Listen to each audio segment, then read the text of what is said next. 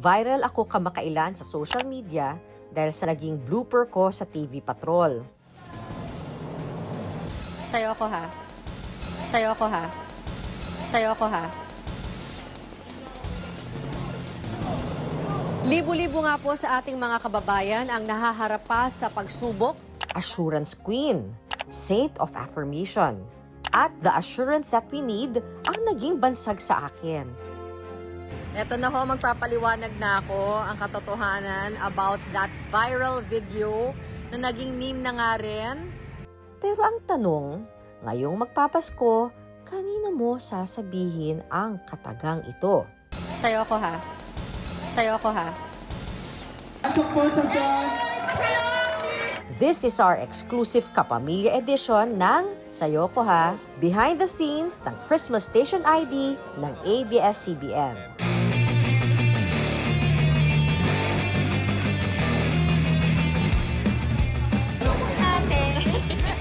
Hello po!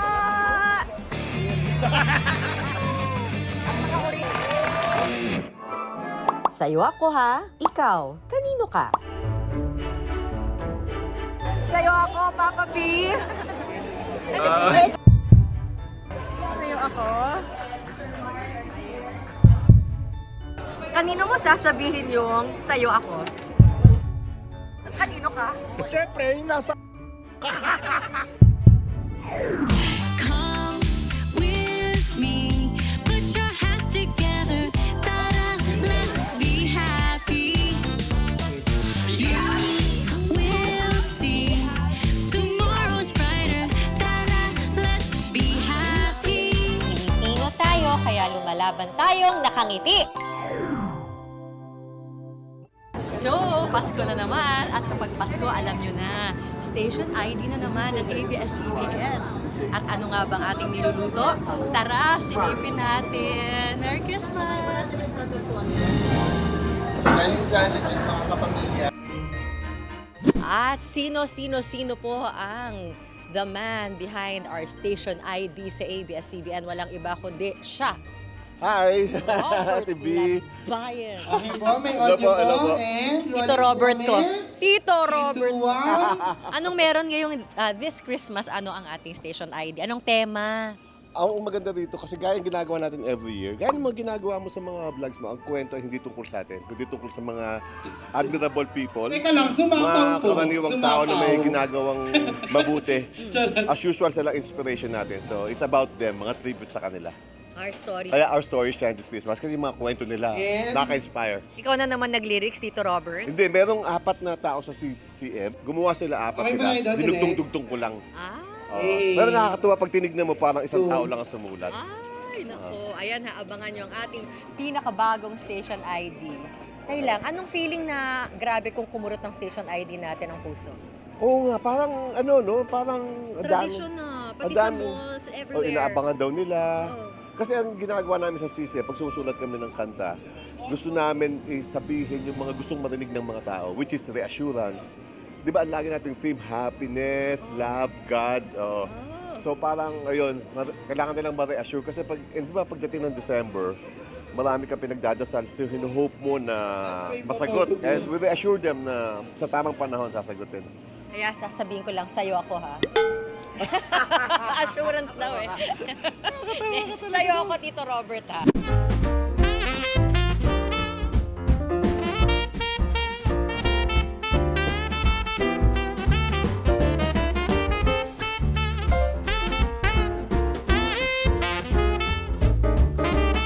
Ipapashine ng Pasko mo. Ayan, Siyempre family, di ba? Masaya talaga kapag kompleto pamilya. Pero ako meron na din akong anak sa US ngayon, si Coco. But you know, whenever I see her naman, it feels really good and always feels like Christmas. Ganun na din. doon ka lilipan for Christmas. No, actually, nandito lang kami sa Manila. Merry Christmas! Merry Christmas!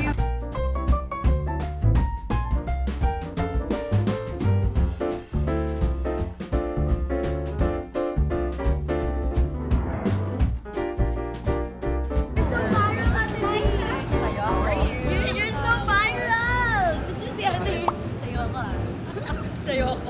Kanino ka? Delikado mo, nag-record pa kayo. Sa'yo ako, ay ikaw kanino. Si Kat, tanongin niyo. Kanino mo sasabihin sa'yo ako? My mother. My sister. Buong pamilya ko. I love them so much. Okay. Mga pala ikaw, no?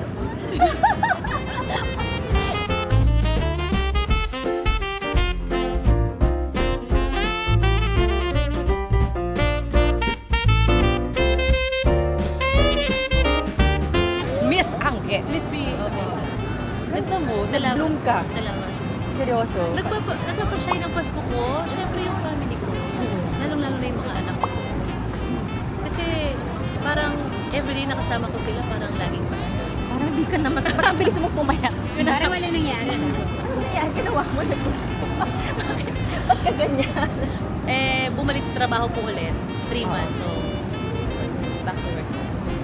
Meron akong viral line. Sabi ko, sa'yo ako. Ikaw, kanino mo sasabihin sa'yo ako? Syempre sa asawa ko, kay Nodre. Sa kanya. Sana all. Ganda mo. Ang cheesy! Ganda mo. Ganda niyo po. Sa'yo ako. Sa'yo. Kay Miss B na pala sinabi. Bago na po isip ko. Thank you po.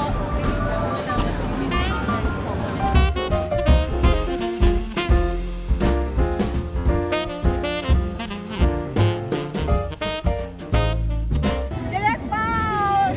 Miss na guy! Congratulations! Merry Christmas! Kompleto kami. Tayo ni Chief, picture daw. Hey!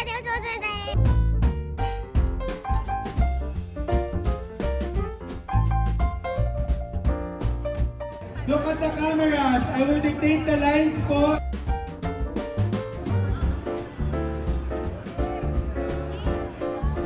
So Christmas wish mo. Good health talaga. Good health for all my siblings. Na doon ko talaga na-realize yung importance ng pagiging malusog. Kasi kapag unhealthy ka, hindi mo magagawa yung gusto mo.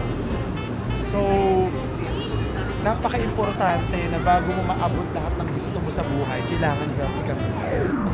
Ang nagpapashine ng Pasko ko ay ang aking magulang at mga aso. At kanino mo sasabihin sa'yo ako? Sa mami at sa daddy ko. Sa iyo ako.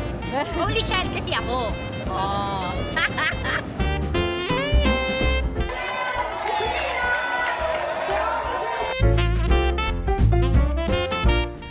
Ito naman, Studio 5, no? What's happening? Ito ang gera, the war room. Everybody's here. Nandito lahat. Daming ganap. Oh, look at that. Lahat ng mga artista. Ang nagpapashine ng Pasko ko, syempre, Pepe and Pilar. Syempre, kailangan pag masaya ang mga bata, masaya din si Mama. Yun lang. Sakit. Enjoy lang. Reunited!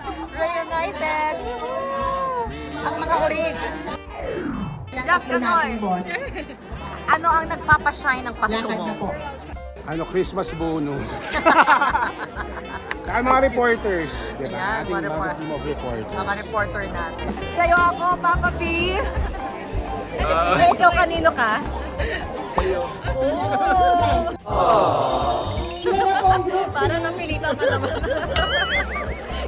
Sa'yo ako. Sa mga kapamilya. Kanino mo sasabihin yung sa'yo ako? Sa'yo ako. Ay, meron pa Parang ako na sabihin. Pwede bang kung ano na lang yung nagpapashay ng Pasko ko? Baka na nagpapasya ng Pasko mo. No, magiging super shine yung aking Pasko dahil our family will be together for the first time in 4 years. Kaming 4 na magkakapatid ko. Eric Nicolas, Justin Rosares. Ay, fan ka konti dito. There it is. With everything that happened to our country, sa daming bagyo na dumaan, our generosity as Filipinos should shine this Christmas. Thank you. Yeah. Yahoo! Yeah. Anong nagpapasyay ng Christmas? Pag naggagala po kami buong family. Naggagala. Ikaw naman, princess. Ako po, buong family ko po, tsaka po Showtime family po. Ako po yung pagmamahal po ng pamilya ko. Yun? Sa pamilya ko po, tapos po pagkasaya ko po sa mga Showtime family ko po. Pag gumagala po kami ng family ko po, mami ko po, and daddy ko po, kuya ko po, ate ko po. Thank you! Thank you! Me, my babies, and my family. Hindi mo sasabihin yung sa'yo ako. Kanino na? Miss B wala ngayon. Ako, sa sarili ko, sayong-sayo ako. Ganon. For now. At ano nagpapaningning ng Pasko mo? Nagpapaningning ng Pasko ko, yung family, syempre, doon muna tayo. Focus tayo sa family. Love ng family, ganon. Family. See my family happy, being together, celebrating holidays. Hello? Alexa, kanino masasabihin sa'yo ako Kanino? Sa ABS-CBN. Sa'yo ako, kapamilya forever. Ano nagpapasyay ng Pasko mo? Papasyay ng Pasko ko? Of course, family. Family, simplest answer. Family, all my loved ones. Work. Nagpapasyay ng Pasko para may pangregalo. Ikaw, kanino masasabihin yung sa'yo ako? Bago maliligaw ko. Meron ba? Sa'yo ako. Magpapasko. Alam mo na. Alam mo na dapat, di ba? Hindi na pamilya ko magpapasko at magiging engrande. Sa'yo ako. Para pati pamilya mo. Ay, ako, sa'yo ako, alam mo yon kung sino ka man. Dahil ilang motor na ang nakuha mo at ilang rubber shoes na rin ang naibigay ko sa'yo. Kaya sa'yo lang ako. Ang sabi, oh. Naku, kilala namin yun. Hoy, saan? Ano to? Kanino mo raw sasabihin yung salita? Sa'yo ako. Sa'yo ako. Syempre hindi sa inyong dalawa. Siyempre, oo Sa naman. may itsura ko sasabihin yan yung nagbigay siya ng Yung relasyon niya, nagmahal, nasaktan, nagpautang, iniwan, tapos binalikan, bubu. Yung kanino ka? Siyempre, yung nasa Amerika. Sabihin mo namin pangalan. Oo, kasi namuhula na kami doon. Namuhula na ako doon. Nako, tandaan, mark my word. Mark my word. Ganun ba? Yung kay Lassie naman, pakihawi niya. Ay, hindi niya alam yung akin. Hoy, parang balita just in. Wala na.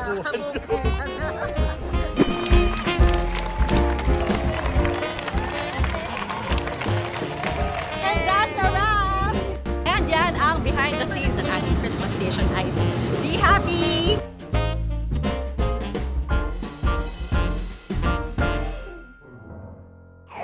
Eto na ho, magpapaliwanag na ako ang katotohanan about that viral video na naging meme na nga rin. Correct. Nandito po tayo sa Sagip Kapamilya Warehouse. Sa'yo ko ha. Napanood nyo na ba yun? Napanood nyo na? Ako na po. Ayan, nandito. Ha? Ayan, nagpapaliwanag lang ako kung anong nangyari noon. So, nandito kami. At medyo iilan lang yung staff na kasama natin sa TV Patrol. Walang FD. Usually yung FD ang magsisenyas kapag time mo na para magsalita. Wala rin akong monitor noon. So nakasalalay ako sa senyas ng tao. Which at that time, ang nandun lang sa harap ko ay cameraman natin. So sabi ko sa kanya, sa'yo ko ha, sa kanya ako kukuha ng senyas para magsimula na akong magbasa. Ang hindi ko alam, on air na pala tayo. So ngayon tayo ay naging meme na. Meme na nasabi nga, ang reassurance na kailangan nating marinig. So hopefully, hopefully nagbigay linaw na po yan. Nandito tayo sa warehouse at sana take advantage na rin natin tong time na to na kung meron ho kayong donasyon na nais ipaabot sa mga nasalanta ng mga nagdaang bagyo.